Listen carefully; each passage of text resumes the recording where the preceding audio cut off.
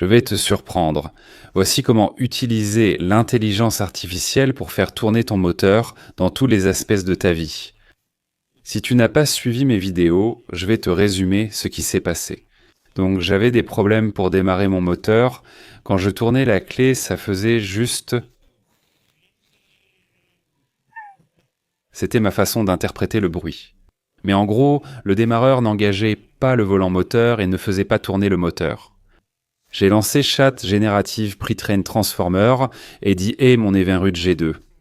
250 chevaux haute performance fait un très long bruit de grincement quand j'essaie de démarrer le moteur. Le démarreur semble ne pas engager le volant moteur. Quel est le souci? On laisse l'intelligence artificielle gérer. Bip boum boum bip bip bop. Ce problème est probablement causé par le fait que le démarreur n'engage pas complètement le volant moteur. Voici la raison la plus probable. Le pignon Bendix peut ne pas s'engager, le démarreur être défectueux, le volant moteur poser problème ou la batterie être faible. Ensuite, il explique comment effectuer un diagnostic. Je vais te poser une dernière question.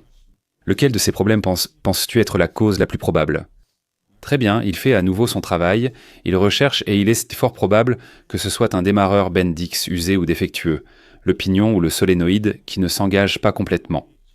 Donc après avoir compris ça, je me suis dit d'accord, il y a de fortes chances que mon démarreur soit probablement défectueux. Je me suis dit que peut-être les dents de mon volant moteur étaient abîmées, mais d'après l'intelligence artificielle, il y a de fortes chances que ce soit le démarreur qui soit défectueux. Alors je suis allé sur mon ordinateur et je cherchais des pièces pour ça. J'essayais de trouver un nouveau démarreur pour ce moteur et je n'ai pas pu en trouver. J'ai cherché des heures en ligne, entré le numéro de la pièce sans résultat. Tu sais ce que j'ai fait? Je suis revenu sur ChatGPT et voici ma demande. Peux-tu m'envoyer un lien vers le démarreur dont j'ai besoin pour ce moteur? Je vais en acheter un neuf. Bip, bip, bip. Très bien. Il est en train de chercher sur le web. Il dit, bam, voilà, j'ai trouvé le démarreur. Il y a même des démarreurs de rechange, donc d'autres entreprises qui fabriquent encore des démarreurs compatibles avec ce moteur. Voici un démarreur d'origine Evinrude et il y a des liens sur lesquels je peux cliquer pour aller directement sur le site qui vend ce démarreur. 224 $, je peux avoir un démarreur tout neuf. J'ai appelé plusieurs mécaniciens et ils me demandaient tous probablement autour de 1 500 $ ou plus, juste pour venir voir le problème, et ils ne pouvaient là même pas garantir qu'ils pourraient le réparer. Alors j'ai pris les choses en main. J'ai acheté le nouveau démarreur pour 225 $. En fait, celui que j'ai acheté coûtait plutôt 190 $. Donc j'ai retiré l'ancien démarreur et le voilà. Ça c'est l'ancien démarreur et j'ai remis le nouveau démarreur à sa place. On tourne la clé, voyons si elle démarre. Moment de vérité. C'est parti, oui. Elle a démarré parfaitement.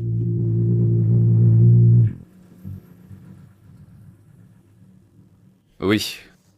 Attends un peu, ça devient encore mieux. Tu remarqueras peut-être que j'ai un peu de liquide de direction, et je rends mon bateau très beau à nouveau. Je voulais vérifier le liquide de direction et refaire tous les fluides moteurs. Je veux juste que ce soit parfaitement réglé. Donc j'ai posé une question importante à Chat Generative Pre-Train Transformer. J'ai demandé où se trouve le réservoir pour m'assurer que tous mes fluides sont au maximum, et c'est assez drôle. Je vous montre ça juste pour que vous puissiez rigoler, d'accord? Donc Chat Generative Pre-Train Transformer m'a dit que ce que je cherche se trouve du côté bâbord du moteur. Puis il a dit que je pouvais prendre une photo de mon moteur et qu'il pourrait m'aider à me montrer plus précisément où c'est.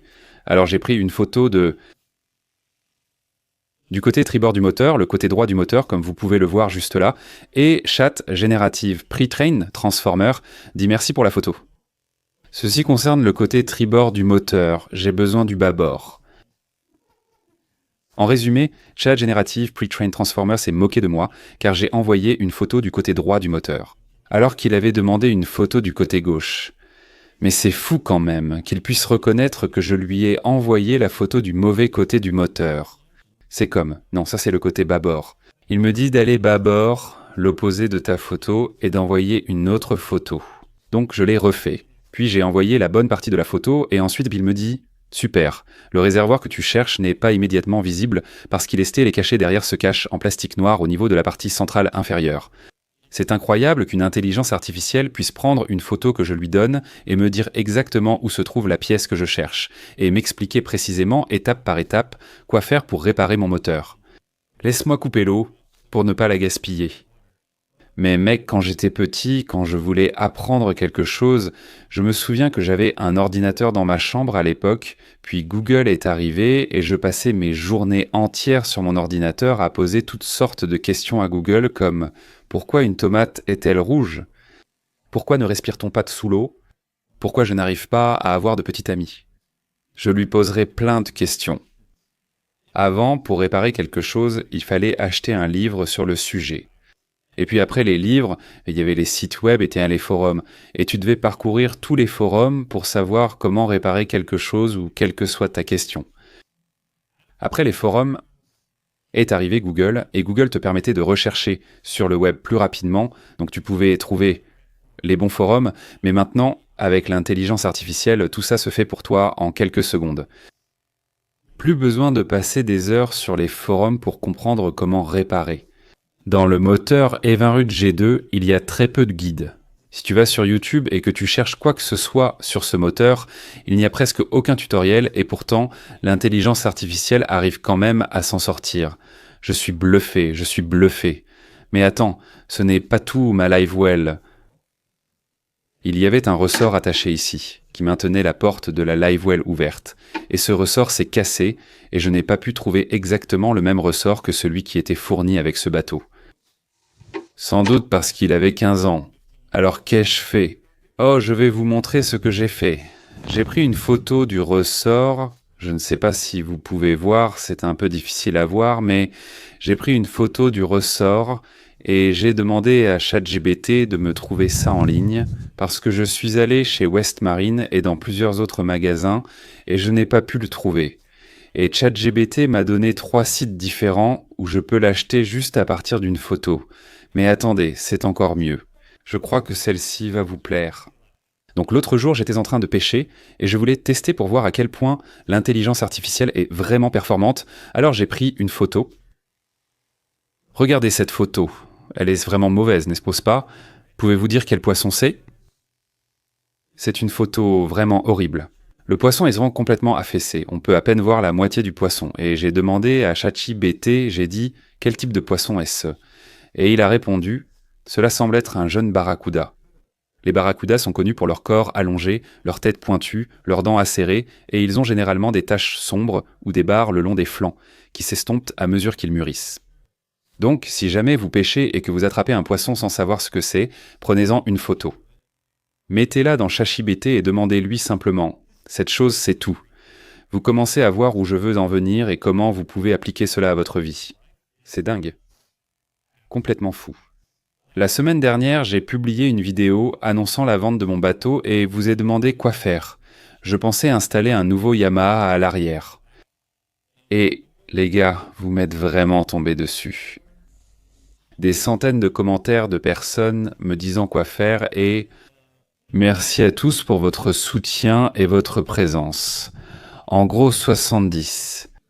Parmi vous, 70 m'ont dit de ne pas mettre un nouveau Yamaha à l'arrière. Vous m'avez dit que je devrais simplement garder l'Evinrude à l'arrière et le vendre tel quel. Et à ma grande surprise, j'ai probablement eu 10 ou 20 personnes qui m'ont demandé d'acheter l'Evinrude. Je ne savais pas qu'il y avait un marché pour l'Evinrude. Je pensais que plus personne ne les aimait, mais apparemment beaucoup de gens les apprécient, non ? Surtout dans le sud de la Floride et dans certains lacs. L'Evinrude est très prisé, sans doute pour sa légèreté et son couple élevé. Et ce moteur peut être reprogrammé pour atteindre 300 chevaux. Donc ce truc est vraiment impressionnant, je suppose. Maintenant que je sais réparer moi-même et que l'intelligence artificielle trouve toutes les pièces nécessaires, je pourrais le réparer facilement en cas de panne. Ce moteur a donc encore 5 à 10 bonnes années devant lui. J'ai vu des Evinrude G1 encore en bon état, et celui-ci est un G2. Moteur le plus récent qu'ils aient fabriqué, et si je dépense 30 000 $ ou 27 000 $, peu importe, pour un Yamaha tout neuf à l'arrière de ce bateau, alors tout à coup j'ai tellement d'argent investi dans ce bateau que c'est plus simple de le vendre tel quel, et que celui qui veut travailler dessus fasse ce qu'il veut. Tu pourrais probablement encore profiter de très bonnes années avec ce bateau si tu es Un minimum bricoleur, tu pourras garder ce bateau en état de marche. Et voilà la situation mise à jour avec le bateau. Elle fonctionne de nouveau très bien. Ce que je vais faire maintenant, c'est la nettoyer complètement, la polir, la faire briller et réparer tous les petits détails. Je veux qu'elle soit parfaitement réglée, magnifique, et je vais pêcher avec elle, vraiment à fond. On va attraper de gros poissons. Et j'ai un petit secret. Il se peut qu'on prépare un moulinet pour l'espadon et on pourrait bien faire un peu de pêche à l'espadon en plein jour. J'ai prévu beaucoup de sorties de pêche à l'espadon de nuit. Elle est prête et elle est soigne toujours à vendre, parce que je vais avoir un nouveau bateau, mais ça pourrait prendre plusieurs mois avant qu'un nouveau bateau soit ici, donc d'ici là, je vais bien l'utiliser pour pêcher. Elle est à vendre. Si tu la veux vraiment, envoie-moi une offre à eiko@southfloridafishingchannel.com. Voici mon email, envoie-moi une offre. Je pense qu'on devrait l'essayer. Qu'est-ce que vous en pensez? Bon, je vais finir de la nettoyer, remettre les capots, la mettre à l'eau et allons faire un tour. Oh, je l'ai fait briller comme jamais. J'ai même remplacé les anodes. Voici les anciennes. Maintenant, les nouvelles sont vraiment impeccables et j'ai nettoyé et poli tout le bateau.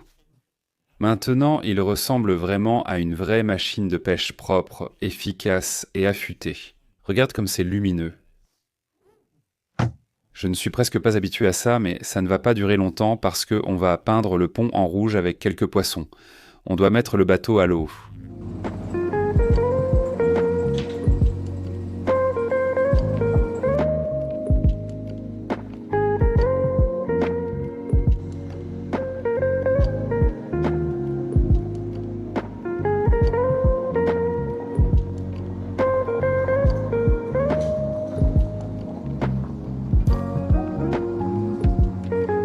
La remorque est nettoyée et étincelante, et le bateau aussi.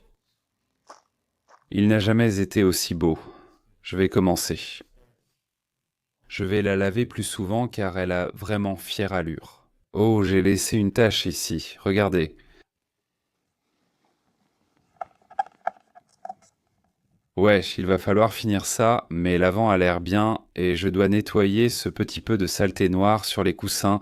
Ça ne devrait pas être trop difficile. Ouf.